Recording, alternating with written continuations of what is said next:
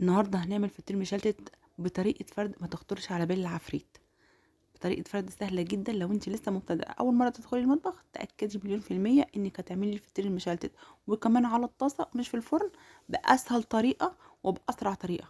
في غمضة عين كده هتعملي نص كيلو دي هيطلع لك كل الكمية دي من الفطير. تخيلي انت بقى ممكن تشتري الواحدة دي بكام من افران. انت هتعمليها في البيت بسهوله جدا لولادك، يفطروا منها يتعشوا منها. حاجه هتعمليها وتشيليها في الفريزر وتطلعي منها زي ما انت عايزه، بطريقه سهله جدا جدا جدا وبمقادير. بصي هما شويه دقيق فقط لا غير، مش هتحطي اي حاجه تانية خالص. تمام. وهيطلع معاكي فطير مشلتت طري مورق زي ما انت شايفه قدامك كده، زي الفل. يلا بينا نبدا الفيديو ونشوف المقادير ونعرف بقى الفطير العسل ده اتعمل ازاي. بسم الله الرحمن الرحيم. انا هنا معايا نص كيلو دقيق، وحطيت عليه، ما حطيتش رشه الملح عليه، انا حطيت رشه الملح، حطيت حوالي ربع معلقه ملح صغيره على كوبايه الميه دي، وباخد منها وبعجن.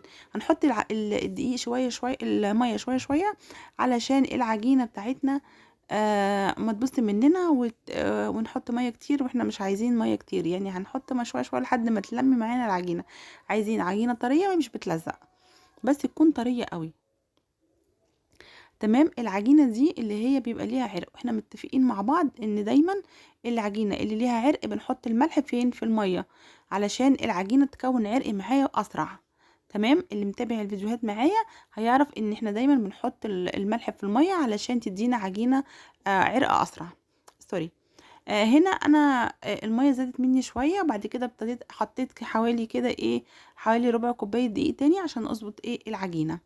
طيب في مكون تاني احنا هنحطه، بس هنحطه في الاخر خالص بعد ما نعجن شويه العجينه، اللي هو ايه، معلقتين زيت. تمام. معلقتين الزيت دول مش لاي حاجه غير بس علشان يطروا معايا العجينه كده، ويخلوا العجينه العرق بتاعها يبقى حلو وتبقى مطاطيه قوي معايا. تمام. والافضل ان احنا نحطها في الاخر، اخر حاجه. يعني دايما ان احنا بنعمل العجين اللي هو فيه عرق او مطاطي ده، لازم نحط الزيت والماده الدهنيه يعني في الاخر، مع او جزء منها في الاخر. والميه نحط الملح معاها، ما نحطش الملح مباشره على الدقيق. طبعا الدقيق منخول. انا هنا فضلت اعجن لغايه ما العجينه كده طريت معايا وبقت ملمسها ناعم، وبعد كده حطيت معلقتين الزيت زي ما انتم شايفين، وبرجع الم العجينه تاني لغايه ما ترجع تتلم معايا تاني بطريقه سهله جدا.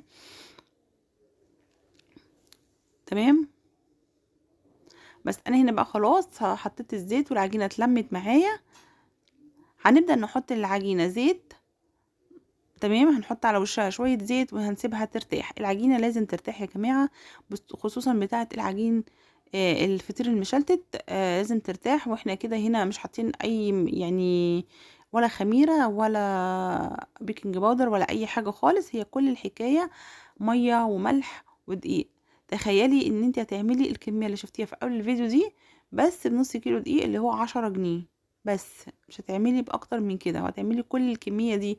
شوفي هتشتريها من بره بكام، ومش هتبقى بالنظافه ولا بالسمنه بالزبده اللي انت حطاها او بالسمنه اللي انت حطاه، هتبقى حاجه تانية خالص. فطبعا دي حاجه موفره جدا و... وطريقه الفرد جديده جدا يا جماعه، هتعجبكم ان شاء الله وتبقى سهله قوي. هتعمليهم كلهم في ثواني، مش هياخدوا معاكي اي وقت خالص في الفرد. زي ما اختصش معاكي حاجه في العجن عشان انت حطيتي الملح جوه الميه. تمام. انا هنا بقى بعد ما ريحتها حضرت الزبده معايا، وحطيت زبده، وحطيت عليها كمان شويه زيت. بالزبده بس، هعملها بالزيت وبالزبده. بصوا هنا بقى العجينه انا هقسمها نصين. تمام.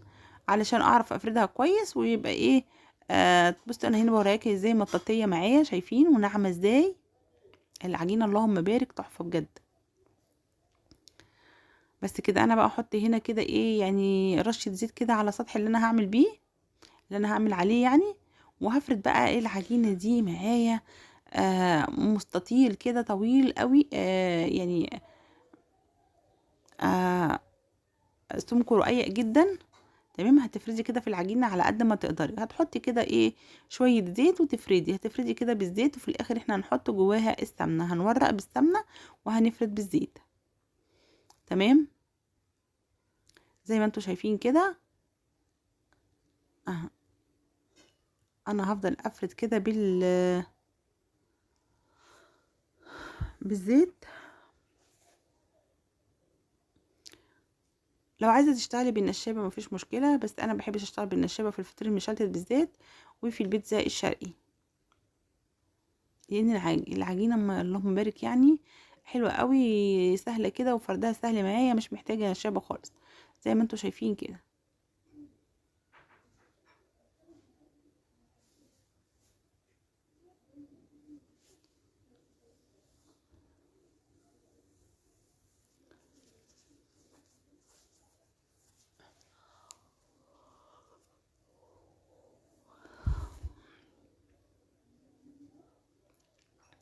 بس كده انا كده خلاص فردتها كلها، وهجيب بقى الزبدة وهبدأ احط ايه قطع زبدة في قلب العجينة، يعني همل كل سطح العجينة ده هحط فيه زبدة.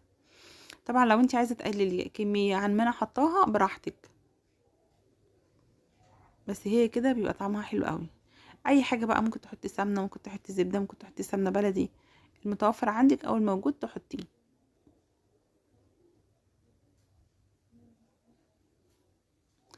زي ما انت شايفة كده انا دهنتها كلها بالزبدة.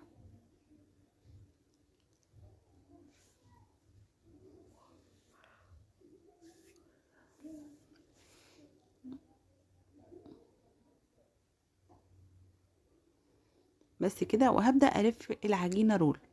بصوا مش هتلاقوا اسهل من طريقة الفرد دي. شوفي بقى العجينة كلها مرة واحدة كده هتلفيها رول.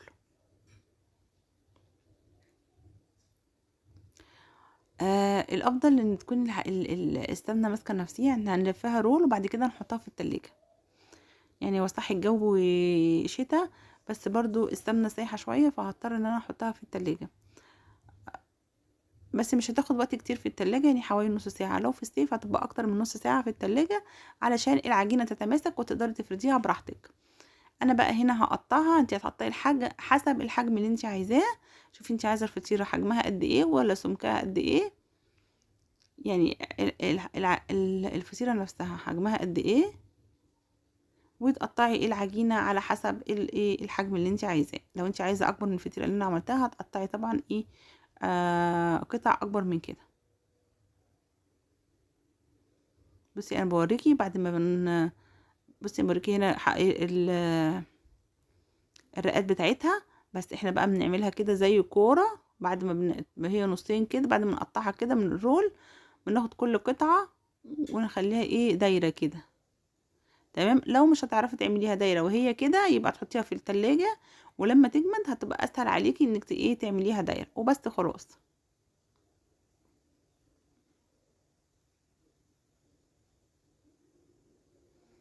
شايفة انا عملتها ازاي؟ دي بقى بعد ما طلعت من التلاجة انا كده عملتها بس بطريقة سهلة جدا، عشان هي متماسكة اتعملت معايا على طول. بس وبعد كده بعمل ايه، بعملها دايرة كده، بفردها يعني. بعد ما عملتها كورة بفردها بس، وفي طاسة بقى على النار، وببدأ ان انا اسوي الفطير بتاعي بيستوي معايا على طول. احنا هنحطها على العين الصغيرة، وهنخلي العين بتاعتها عالية عادي جدا. اي حاجة بقى متوفرة عندك، صينية، تيفال، طاسة، آه اي حاجة انت عاملاها للخبز هتشتغلي عليها عادي جدا.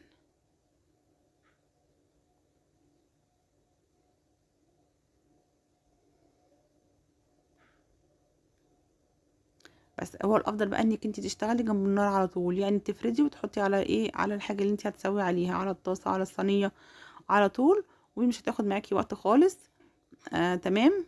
اهي انا هنا بوريكي برضو، اهي ان انا هنا اهو بتنيها بس كده كلها على تحت، وبعد كده ابدا افرد.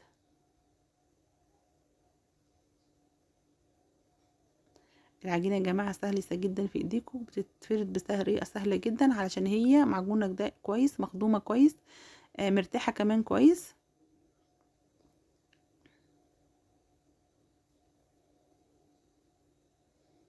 بس وهنبدا بقى نحط الطاسه على النار، ونبدا نشتغل في العجينه على طول.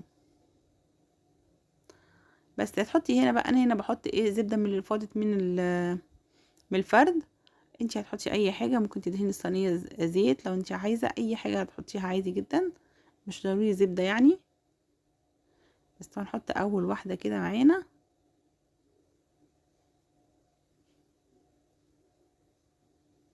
واول ما هتلاقيها اتشمعت من تحت هتبدأي تقلبيها على الناحية التانية على طول. بصي بيبان شكلها ان هي اتشمعت، عشان بس العجين تبقى مستوي معاكي كمان من جوه، ما يبقاش فيه اي عجين خالص. اهي ابتدت الطروف بتاعتها تبان ان هي خدت لون من تحت واتشمعت من تحت. ابدأ بقى اقلبها على الناحية التانية. بس هتفضلي على كده تقلبيها شمال ويمين لحد ما تاخد اللون اللي انت عايزاه. انا بقى عشان الصينيه عندي كبيره هحط كذا واحده مع بعض.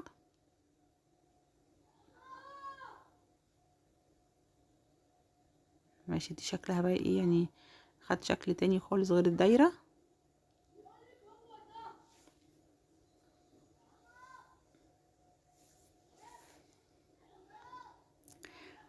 لو وصلتي معايا هنا لحد هنا في الفيديو بحب اشكرك جدا على انك تواصلتي معايا لحد هنا وشاهدتي الفيديو. شكرا ليكي على المشاهده. لو انت جديده معايا في القناه واول مره بتشوفيني، يا ريت تنزلي تشتركي في القناه وتفعلي الجرس علشان نتشرف بيكي معانا وفي عيلتنا الجميله. وكمان تحطي اللايك بتاعك الجميل وتكتبي كومنت حلو كده عشان انزل ارحب بيكي. ولو انتي من المتابعين المحترمين برضه تنزلي تكتبي كومنت حلو عشان يشجعني على تنزيل الفيديوهات الجديدة. بس كده شايفين بقى لونها بقى عامل ازاي. انتي بقى هتسوي كل الكمية اللي عندك بنفس الشكل وبنفس الطريقة. تمام. اهم حاجة ان انتي هتقلبي فيهم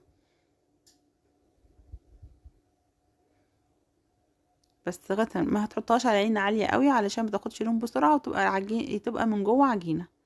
تمام، يبقى على العين الصغيرة وهنشغلها عادي مش هنوطيها.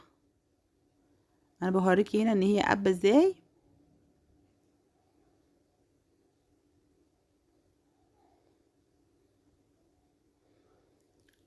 بس كده هحط عليهم بقى على صينية او على اي حاجة عندك. هم هيفضلوا طري على فكرة مش هينشفوا.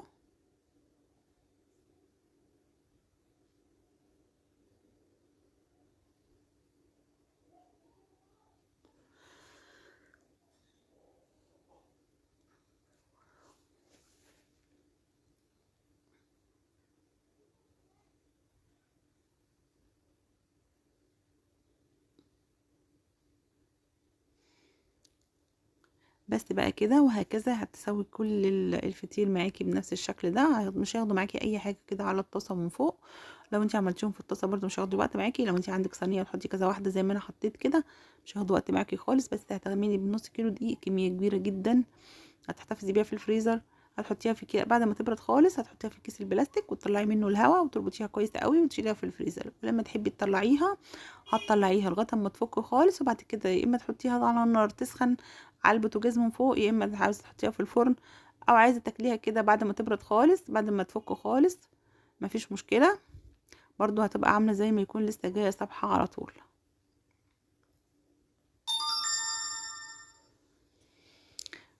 بس كده بقى هخلص الكميه كلها وبعد كده هوريها لك.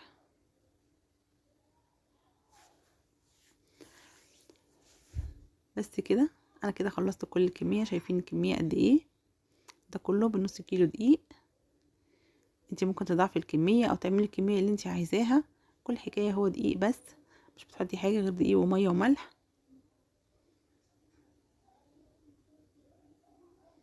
شايفه طريه جدا.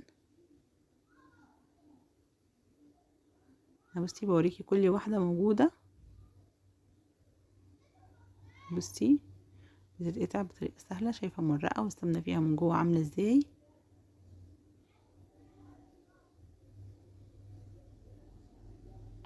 تحفه يا جماعه، جربوها تعجبكم باذن الله.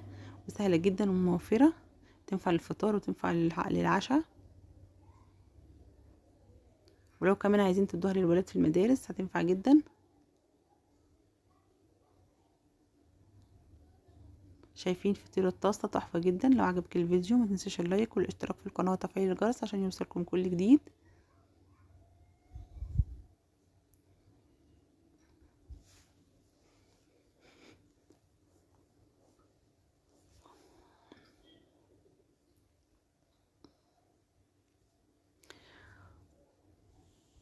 واشوفكم على خير في فيديو جديد. باي باي.